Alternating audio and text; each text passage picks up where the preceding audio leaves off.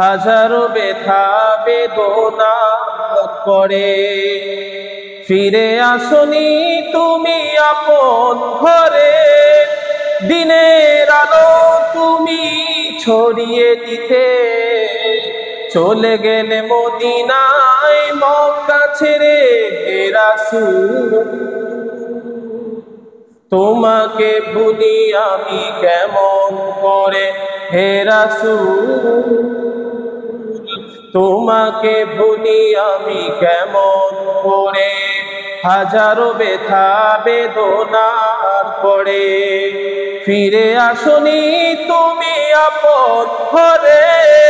দিনের আলো তুমি ছড়িয়ে দিতে চলে গেলে মদিনায় মক্কা ছেড়ে হে রাসূল। তোমাকে ভুলি আমি কেমন করে হে রাসূল, তোমাকে ভুলি আমি কেমন করে। খেয়ে না খেয়ে দিন প্রচারের কাজে নিজেকে দিয়েছো বিলিয়ে। তায়েফের কাফেরেরা চিনলো না এ আলো, দুষ্ট ছেলেদের পিছু দিল লেলিয়ে। খেয়ে না খেয়ে দিন প্রচারের কাজে নিজেকে দিয়েছো বিলিয়ে। তায়েফের কাফেরেরা চিনলো না এ আলো, দুষ্ট ছেলেদের পিছু দিল লেলিয়ে। পাথরের আঘাতে ক্ষত বিক্ষত হয়ে সারা শরীর থেকে রক্ত ঝরে হে রাসূল। তোমাকে ভুলি আমি কেমন করে হে রাসূল। আলহামদুলিল্লাহ আলহামদুলিল্লাহ নাহমাদুহু ওয়া নাস্তাঈনুহু ওয়া নাস্তাগফিরুহু ونعوذ بالله من شرور أنفسنا من يهده الله فلا مضل له ومن يضلله فلا هادي له أي فلا تجد له وليا مرشدا ونشهد أن لا إله إلا الله وحده لا شريك له ونشهد أن سيدنا وسندنا وحبيبنا وحبيب ربنا ومولانا محمدا عبد الله ورسوله. أما بعد فأعوذ بالله من الشيطان الرجيم. بسم الله الرحمن الرحيم. واتل عليهم نبأ ابني آدم بالحق إذ قربا قربانا فتقبل من أحدهما ولم يتقبل من الآخر قال لأقتلنك قال إنما يتقبل الله من المتقين. وقال رسول الله صلى الله عليه وسلم ما من أيام أحب إلى الله أن يتبدل أن يتعبد له فيها من 10 ذي الحجة أو كما قال رسول الله صلى الله عليه وسلم إن الله وملائكته يصلون على النبي يا أيها الذين آمنوا صلوا عليه وسلموا تسليما. إلا الله لا إله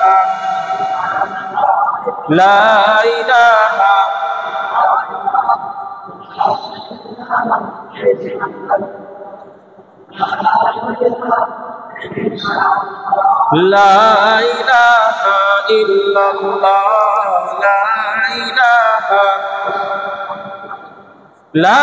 ইলাহা ইল্লাল্লাহ মুহাম্মাদুর রাসূলুল্লাহ, লা ইলাহা ইল্লাল্লাহ মুহাম্মাদুর রাসূলুল্লাহ, লা ইলাহা ইল্লাল্লাহ, লা ইলাহা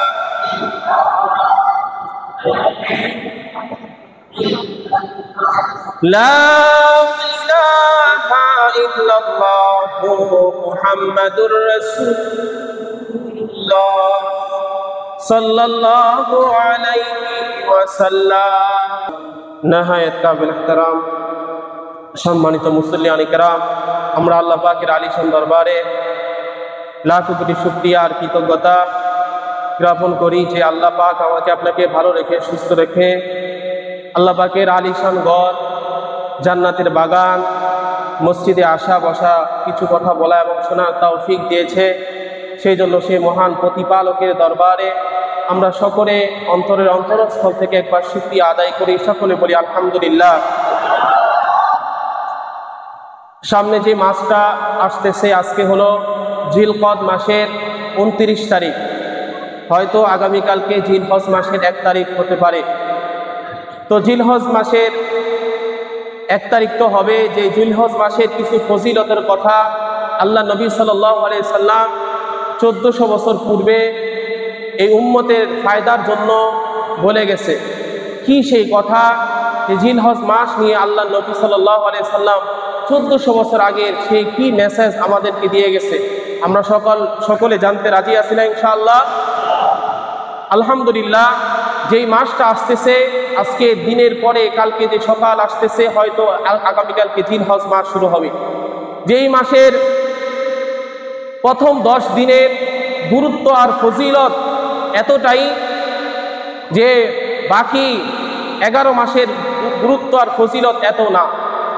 অর্থাৎ আল্লাহ নবী সাল্লাল্লাহু আলাইহি সাল্লাম বলেন, আল্লাহ পাক পবিত্র কুরআনুল কারীমে সূরা ফজরের মধ্যে বলেন যে এই 10 রাত্র অর্থাৎ জিলহজ মাস, আগামীকালকে যে রাত্রটা আসতেছে, দিনটা আসতেছে, এই দিন থেকে নিয়ে ঈদের দিন পর্যন্ত এই 10টা দিন, এই 10 দিনের কসমকে আল্লাহ পাক কি কথা সূরা ফজরের মধ্যে বলছে, আমরা একটু শুনি। আল্লাহ পাক বলেন ওয়াল ফাজর ওয়া লায়ালিন আশর। আল্লাহ রাব্বুল আলামিন জিলহজ মাসের প্রথম 10 দিনের গুরুত্বের কথা বলেছেন। এখানের মধ্যে আল্লাহ পাক 2টা কসম খাইছে। সাধারণত মানুষ কসম খায় কিসের কারণে বলেন তো? আমরা কসম খাই কি কারণে? আমরা তো কোনো একটা কাজ করি, কোনো একটা কাজের পরিপ্রেক্ষিতে আমরা কসম খাই। তো কসমটা আমরা খাই কেন? কেউ কি বলতে পারবেন? যে কসম খায় কি কারণে তাও আমরা জানি না। এটাই তো জানার বিষয়, যে কেন মানুষ কসম খায়। যে কসম খাওয়ার কয়েকটা কারণের মধ্যে উল্লেখযোগ্য কারণ, যেটা সচরাচর মানুষ কসম খেয়ে থাকে, যে তার মধ্যে থেকে সেই কারণটা কি? সেটি হলো মানুষ কসম খায় কোনো একটা জিনিসের গুরুত্ব বুঝাইবার জন্য, কোনো একটা জিনিসের গুরুত্ব বোঝানোর জন্য মানুষ কসম খায়। এক্সাম্পল নিলে আপনারা স্পষ্ট বুঝবেন। যেরকম যদি কোনো ভাইকে আমি ফোন করি, ভাই যে আপনি কোথায় আছেন, তো এমন একজন লোককে ফোন করছি, দেখা গেছে সে কথায় কথায় শুধু মিথ্যা কথা বলে। তো ওই লোকটা বলতেছে যে আমি বড়াম বাজারে আছি। তো আমি বলতেছি না ভাই, আপনার কথা সত্য মনে হইতেছে না। তো আমার তার ওই কথাটাকে, সে যে বড়াম বাজারে আছে, এই কথাটাকে সত্য প্রমাণিত করার জন্য, এই কথাটাকে গুরুত্ব বুঝাইবার জন্য কি খায়?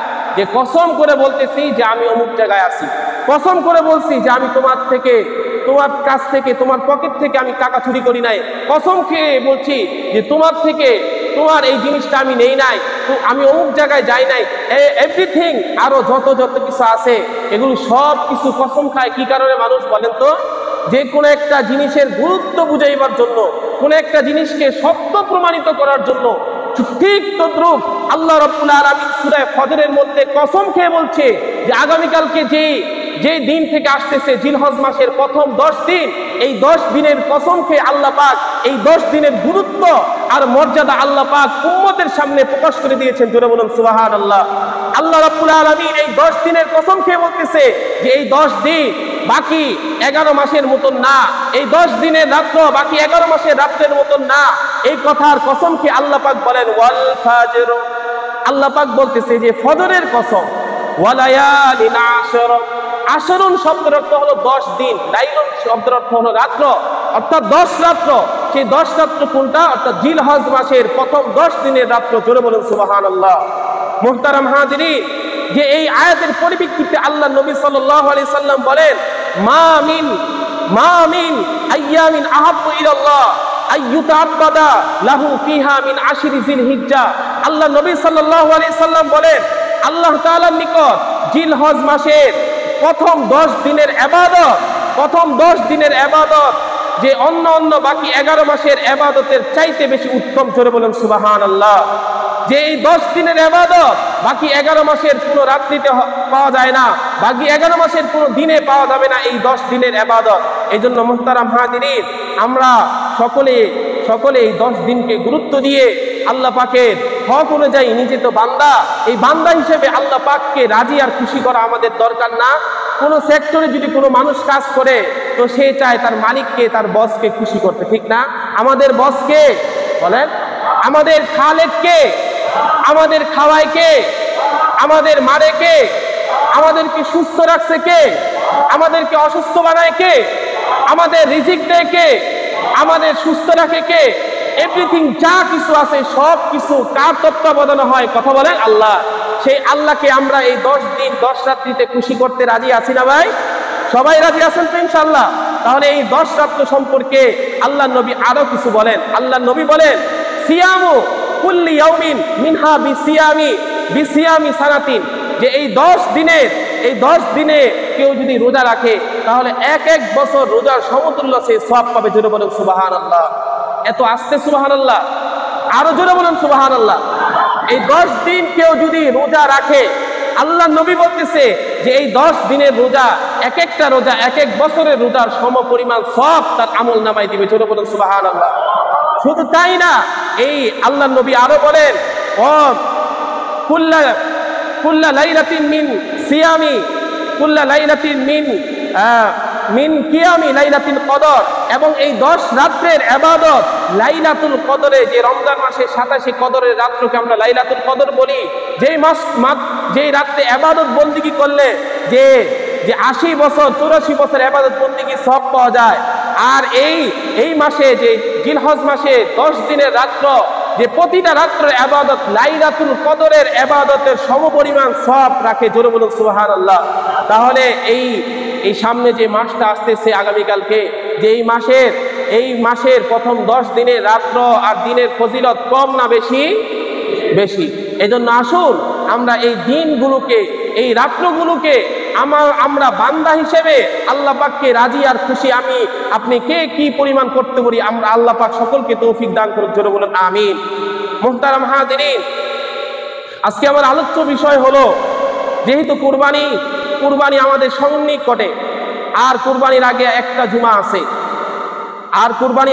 জুমা আছে, এজন্য আমি চাই যে কুরবানির আলোচনা সারা বছর হয় না। আমি চাই যে এই কুরবানির এই 1 সপ্তাহের মধ্যে, এই 2টা জুমার মধ্যে আমরা যেন কুরবানির কিভাবে আমরা প্রিপারেশন নিতে পারি, মানসিক প্রস্তুতি এবং দৈহিক প্রস্তুতি আমরা কিভাবে নিতে পারি, আসুন সেই বিষয়ে আমরা একটু জেনে নেই।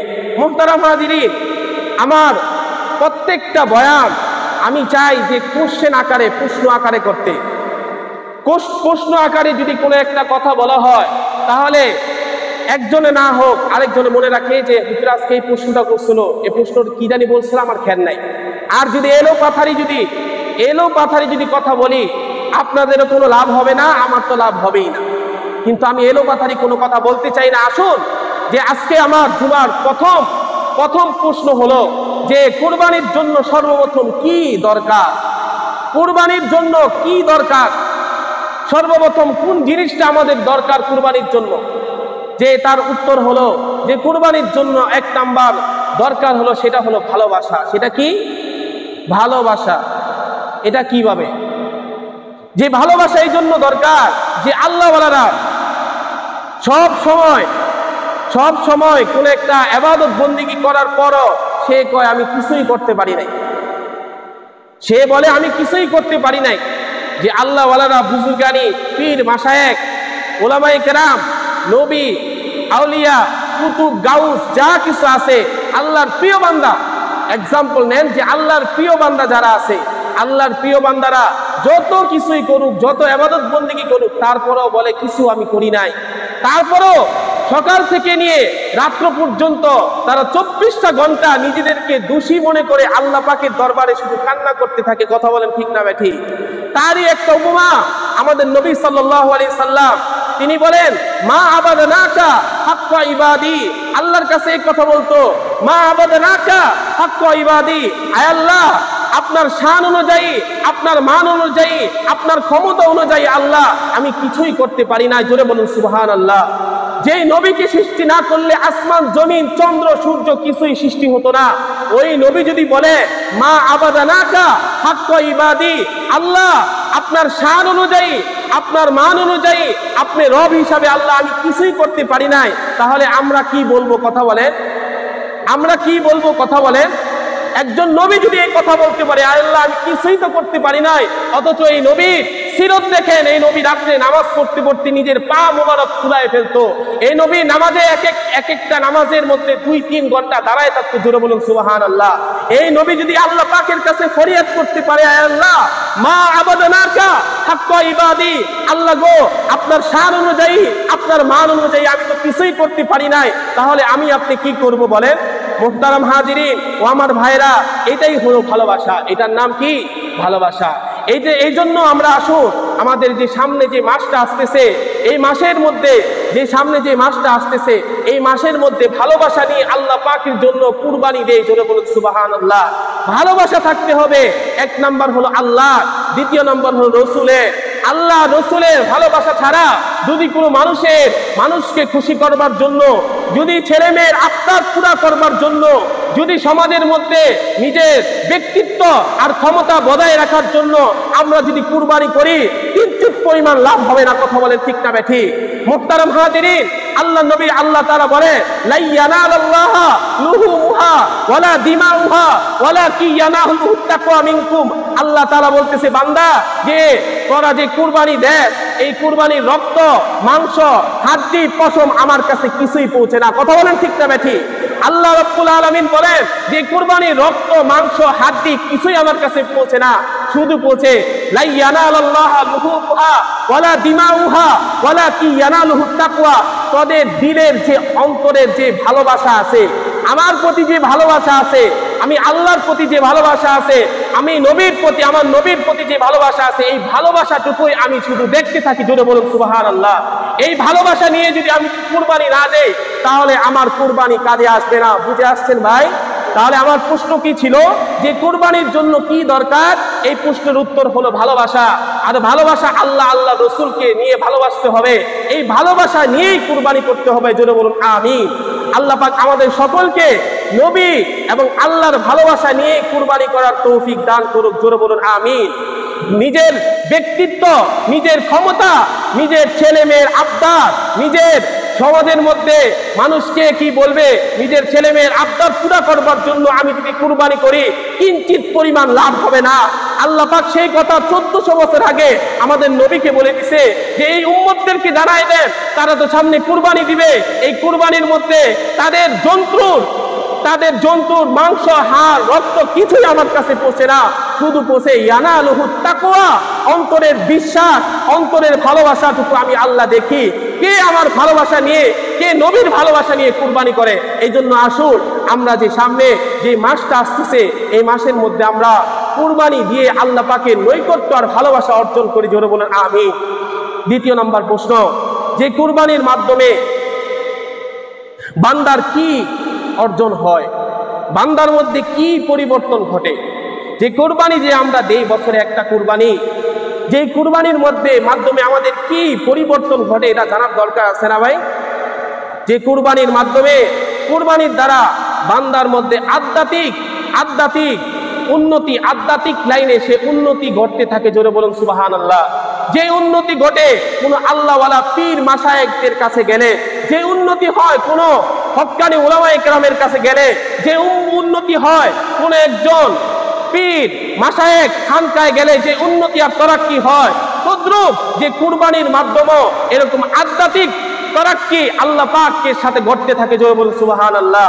যে কুরবানির মাধ্যমে কি উন্নতি হয়, যে আল্লাহ রসুলের সাথে সম্পর্কটা বেড়ে যায়, আল্লাহ রসুলের সাথে সম্পর্কটা বেড়ে যায়। এই সম্পর্ক বাড়ার কারণেই তো যে ইব্রাহিম আলাইহিস সালাম, হাজের আলাইহিস সালাম, ইসমাইল আলাইহিস সালাম আল্লাহ পাকের রাহে কুরবানি করছে। জোরে বলুন সুবহানাল্লাহ। ইব্রাহিম আলাইহিস সালাম কিভাবে কুরবানি করছে? নিজের ছেলেকে, নিজের প্রাপ্তবয়স্ক ছেলে যদি কারো মারা যায় তাহলে কত আফসোস করে বলেন? একটা 18 বছরের ছেলে যদি কারো মারা যায় তাহলে তার ভিতরে কি আফসোস? একটা 18 বছরের ছেলে নিয়ে বাবা মার কত স্বপ্ন থাকে, একটা 18 বছরের ছেলে মেয়ের দ্বারা বাবা মার কত স্বপ্ন থাকে, সেই স্বপ্নকে ভেঙে দিয়ে ইব্রাহিম আলাইহিস সালাম তার সন্তান ইসমাইল আলাইহিস সালামকে কুরবানি দেওয়ার জন্য প্রস্তুত ছিল, কুরবানি দিছে। জোরে বলুন সুবহানাল্লাহ। যে কতটুকু ভালোবাসা নিয়ে এই কাজটা করছে। এই জন্য মুহতারাম হাজিরিন, আসুন আমরা যে কুরবানি করি, যে কুরবানি করার দ্বারা আমরা যত কুরবানি করব তত আধ্যাত্মিক লাইনে ভিতরগত দিক দিয়ে যে উপরে লেভেলে যা দেখতেছেন এটাও মানুষ না। আমরা যে বলতেছি যে মানুষ, ভিতরেরটা ঠিক করতে হবে, ভিতরের চরিত্রকে ঠিক করতে হবে। হাদিসে পাকের মধ্যে আসছে, আল্লাহ নবী সাল্লাল্লাহু আলাইহি সাল্লাম বলে, তোমাদের নামাজ, তোমাদের রোজা, তোমাদের হজ, তোমাদের কুরবানি, তোমাদের যাকাত কিছু কিয়ামতের দিন মাপা হবে না, শুধু মাপা হবে তোমাদের চরিত্র। জোরে বলুন সুবহানাল্লাহ। বুখারী শরীফের হাদিস, তোমাদের চরিত্রকে মাপা হবে। যার চরিত্র যত বেশি সুন্দর হবে কিয়ামতের দিন সে তত আগে জান্নাতে যেতে পারবে। জোরে বলুন সুবহানাল্লাহ। মুহতারাম হাজিরিন, এই জন্য আসুন আমরা নিজে ক্যারেক্টার, নিজের চরিত্রকে সুন্দর করি। আর এই চরিত্র সুন্দর করার আরেকটা মাস, সেটা হলো জিলহজ মাস। আর এই মাসের মধ্যে চরিত্রকে সুন্দর করার আরেকটা পন্থা হলো, সেটা হলো কুরবানি। জোরে বলুন সুবহানাল্লাহ। এই জন্য আসুন আমরা এই জিলহজ মাসে, পুরা মাসে কুরবানি দিতে আল্লাহ বলে নাই, পুরা মাসে কুরবানি দিতে বলে নাই, শুধু বলছে 1/3 ডে, অর্থাৎ 10 দিন। 10 দিনের 3 দিনের কথা বলছে। কয় দিনের কথা? 3 দিন। এই 3 দিনের মধ্যে আমরা যদি কুরবানি করি তাহলে আমাদের আধ্যাত্মিক লাইনে আমরা উপরে উঠতে থাকবো। আল্লাহ রসুলের সাথে সম্পর্ক বাড়তে থাকবে। আর বাড়ার দ্বারা কি হবে? আমরা আধ্যাত্মিক লাইনে, যেরকম হাসান বসরি রহমতুল্লাহ আলাই, তিনি এত বড় একজন আল্লাহওয়ালা ছিলেন, তিনি চোখ বন্ধ করলে আল্লাহ পাককে আরশে মহল্লার মধ্যে দেখতে পাইতো। জোরে বলুন সুবহানাল্লাহ। যে চোখটা বন্ধ করতো, মুরাকাবার মধ্যে বসলেই হাসান বসরি রহমতুল্লাহ আলাই আল্লাহ পাকের আরশ পর্যন্ত চলে যেত। এটা কিভাবে হয়েছে? টাকা পয়সা ব্যাংকে জমা করার দ্বারা, নিজের ব্যাংক ব্যালেন্স নিজের সন্তানের জন্য রাখার দ্বারা আপনার এই টাকা পয়সা, আপনার এই ব্যাংক ব্যালেন্স আজকে যদি মরে যান, সামনে কুরবানি আপনি পাইবেন না। আপনার এই ব্যাংক ব্যালেন্স টাকা পয়সা দিয়ে আল্লাহ পাকের এই সান্নিধ্য হাসিল করতে পারবেন না। যদি আল্লাহ পাকের সান্নিধ্য হাসিল করতে চান, ওই হাসান বসরি রহমতুল্লাহ আলাইহির মতো আধ্যাত্মিক লাইনে যদি তরাক্কি ঘটাইতে চান, তাহলে সামনের এই মাসের মধ্যে কুরবানি করুন। তাহলে আপনি আল্লাহ পাকের আল্লাহ পাকের সাথে আপনার একটা সম্পর্ক হবে। আর যে সম্পর্ক দ্বারা হাসান বসরি রহমতুল্লাহ আলাই চোখটা বন্ধ করলে আল্লাহ পাকের আরশ দেখতে পাইতো, আল্লাহ পাকের কুরসি দেখতে পাইতো, আল্লাহ পাককে দেখতে পাইতো। এটা কিভাবে? ব্যাংকে টাকা জমা করার দ্বারা, নিজের সন্তানের জন্য অর্ডার ধন সম্পত্তি রাখার দ্বারা না, যে এগুলো কুরবানি করার দ্বারা, এগুলো আল্লাহ রাস্তায় ব্যয় করার দ্বারা। এই জন্য আসুন আমরা যে সমস্ত ভাইরা কুরবানি দেয়, অনেকেই বলতেছে যে দ্রব্য মূল্যের এতটাই ঘনঘটা দ্রব্য মূল্য, এই কারণে অনেকেই বলতেছে কুরবানি দিবেন না। আফসোস যে ভাই, আপনি তো কুরবানি দিতে পারবেন কিনা সেটা আল্লাহ পাক জানে, কিন্তু আপনি মানুষের কাছে কেন প্রকাশ করেন যে এই সমস্যা, সেই সমস্যা, সেই কেন প্রকাশ করেন? এটার দ্বারা আপনার ওই ভালোবাসা তো টিকা থাকে না, আল্লাহ রসুলের ভালোবাসা টিকা থাকে না। আল্লাহ রসুলের ভালোবাসা টিকা থাকবো মানুষকে না জানায়া আল্লাহ পাকের কাছে নিজের ফরিয়াদ কইরা আল্লাহ পাক থেকে সমাধান খুদা। কথা বলেন ঠিক না ঠিক? এই জন্য মুহতারাম হাজিরিন, আসুন আমরা এই মাসটাকে আল্লাহ রসুলের জন্য যে কুরবানি দেয়, আল্লাহ পাক সকলকে তৌফিক দান করে। জোরে বলুন আমিন। মুহতারাম হাজিরিন, আমরা আজকে আমাদের সমাজে আমরা কুরবানি দেই, কিন্তু খুঁজলে পাওয়া যাবে কয়টা যে আল্লাহ নবীর নামে কুরবানি দেয়? আজকে তো আমরা কুরবানি দেই, কিন্তু সমাজে খুঁজলে কয়টা পাওয়া যাবে আল্লাহ নবীর নামে, অর্থাৎ নবী মুহাম্মদ সাল্লাল্লাহু আলাইহি সাল্লামের নামে আমি একটা কুরবানি দিলাম। অথচ আল্লাহ নবী সাল্লাল্লাহু আলাইহি সাল্লাম বিদায় হজের দিন আল্লাহ নবী এই উম্মতের জন্য নিজ হাতে কুরবানি করে গেছেন। জোরে বলুন সুবহানাল্লাহ। প্রত্যেকটা উম্মতের জন্য আল্লাহ নবী কুরবানি করছে, অর্থাৎ আল্লাহ নবী আনেওয়ালা আমরা যে আসছি, আমাদের পরে যারা আসবে, আরো পরে যারা আসবে, সবার জন্য আল্লাহ নবী নিজের দায়িত্ব হিসাবে উম্মতের ভালোবাসা নিয়ে কুরবানি করে গেছে। এই জন্য আমাদের দরকার না যে আল্লাহ নবীকে ভালোবেসে আল্লাহ নবীর নাম দিয়ে আমরা একটা কুরবানি করব। আল্লাহ নবী কতটুকু ভালোবাসে দেখছেন, যে 1400 বছর আগে আল্লাহ নবী আমার আপনার জন্য কুরবানি করে গেছে। আচ্ছা, মানবতা কোনটা? যে একজনেরটা খাইলাম আর তার গাড়ির মধ্যে থুতু ফেলাইলাম, এটার নাম কি মানবতা? একজনেরটা খাওয়ানোর পরে তাকে খাওয়াইতে পারা, এটাই হলো মানবতা। একজনের উপকার গ্রহণ করার পরে তাকে উপকার করা, এটা ভালোবাসা। মুহতারাম হাজিরিন, যে অনেকে বলবে যে নবীকে সৃষ্টি না করলে তো আল্লাহ পাক কিছুই সৃষ্টি করতো না, যে এই নবীর নামে আবার কেন নবীর নামে কুরবানি করবে? তার নামে কুরবানি করে কি লাভ? আস্তাগফিরুল্লাহ। এটার নাম কি ভালোবাসা? আমার যতই থাক, আমার বাবার, আমার দাদার, আমার যত ব্যাংক ব্যালেন্স টাকা পয়সা যতই থাক, কিন্তু আমাকে যদি কেউ এসে একটা কাপড় গিফট করে, একটা লুঙ্গি গিফট করে, একটা পাঞ্জাবি গিফট করে, তাহলে আমার ভিতর থেকে একটা দোয়া আসবে না? তদ্রুপ আধ্যাত্মিক লাইনে নবীকে যারা ভালোবাসেন, বলবো তারা নবীর একটা নাম আপনার কুরবানির মধ্যে দেন, নবীর জন্য একটা কুরবানি রাখেন, তাহলে বোঝা যাবে যে আল্লাহ নবীকে আপনি ভালোবাসেন। এই জন্য আসুন, যে গরুর মধ্যে যে 7টা নাম, এই 7 নামের একটা নাম আমরা নবীর জন্য দেই, নবীর ভালোবাসায় দেই। যে নবী আমাদের জন্য নিজের শরীর মোবারক থেকে রক্ত জড়াইছে, যে নবী আমাদের জন্য যে এরকম নাকি যে উহুদ পাহাড়ের মধ্যে রাত্র যাপন করছে, যে নবীর জন্য আমরা কুরবানি দেই, নবীর জন্য একটা নাম রাখি। আসুন আমরা নবীর ভালোবাসায়, নবীর জন্য আমরা সামনে কুরবানি করা আল্লাহ পাক তৌফিক দান করুক। জোরে বলুন আমিন। আমার আলোচনা আরো অনেক ছিল। আল্লাহ পাক আমাদের সকলকে যে কথাগুলো বললাম, যে ভালোবাসা নিয়ে কুরবানি দিতে হবে। দ্বিতীয় নাম্বার হলো যে নবীর একটা নাম কুরবানির মধ্যে দিতে হবে। এটা বাধ্যতামূলক না। যদি আপনারা ভালোবাসেন নবীকে, তাহলে অবশ্যই আপনি দিবেন। এই জন্য আসুন আমরা নবীর জন্য, আল্লাহর জন্য ভালোবাসা দেখাই। সামনের এই মাসের মধ্যে, সামনে কুরবানির দিনগুলোর মধ্যে আল্লাহ পাক সকলকে তৌফিক দান করুক। জোরে বলুন আমিন। সব সময় কথা বলা হয় না, আমি আপনাদের কাছে 2 মিনিট সময়, 1 মিনিট সময় চাই। সবাই দিতে রাজি আছেন তো? যেহেতু সামনে আর সপ্তাহ পাবো না, এই জন্য আমি বলবো একটা প্রশ্ন, সেটা হলো যে সামর্থ্য হওয়ার পর কেউ যদি কুরবানি না করে, তাহলে তার ব্যাপারে আল্লাহ নবী কি বলে গেছেন? কারো সামর্থ্য আছে, কিন্তু সামর্থ্য থাকার পরও সে কুরবানি করতেছে না।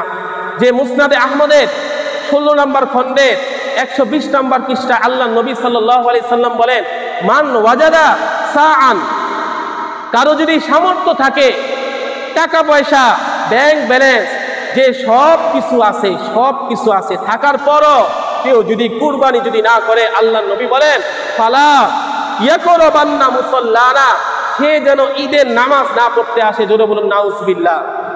আচ্ছা দেখেন, নবী আমাদেরকে ভালোবেসে কুরবানি করে গেছে, কিন্তু আল্লাহ নবী বলতেছি যে ওই ব্যক্তিটা সবচেয়ে দুর্ভাগা, যার টাকা পয়সা থাকার সত্ত্বেও, যার ধন সম্পদ থাকার সত্ত্বেও, যে নাকি কুরবানির এই 3 দিনের মধ্যে আমার ভালোবাসা নিয়ে, আল্লাহর ভালোবাসা নিয়ে যে নাকি কুরবানি করতে পারবে না, সে যেন ঈদের নামাজ না পড়তে আসে। জোরে বলুন নাউজুবিল্লাহ। কত বড় ধমকি দিছে। এই জন্য আসুন আমাদের যাদের সামর্থ্যবান, আমরা কষ্ট হলেও কুরবানির দিনে কুরবানি করে আল্লাহ পাকের সান্নিধ্য হাসিল করে। জোরে বলুন সুবহানাল্লাহ। কোন বৈজ্ঞানিক কি আজ পর্যন্ত এই কথা বিশ্লেষণ করতে পারছে যে একটা গরুর শরীরে কত পরিমাণ পশম? আপনারা শুনছেন? একটা গরুর শরীরে কত পশম কোন বৈজ্ঞানিক বাইর করতে পারছে? একটা ছাগলের শরীরে কত পশম বাইর করতে পারছে?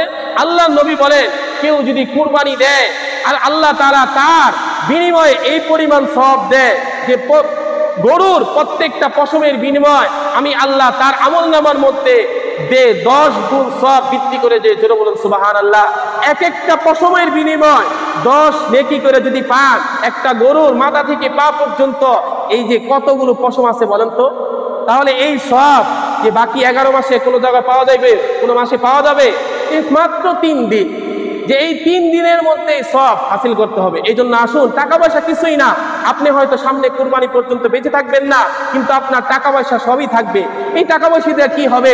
আসুন আমরা এই টাকা পয়সাকে আল্লাহর জন্য, আল্লাহর দেওয়া ধনকে, আল্লাহর দেওয়া সম্পদকে আল্লাহর জন্য, আল্লাহর রাহে খরচ করে নিজে উপকৃত হই এবং উম্মতদেরকে উপকৃত করি। জোরে বলুন আমিন।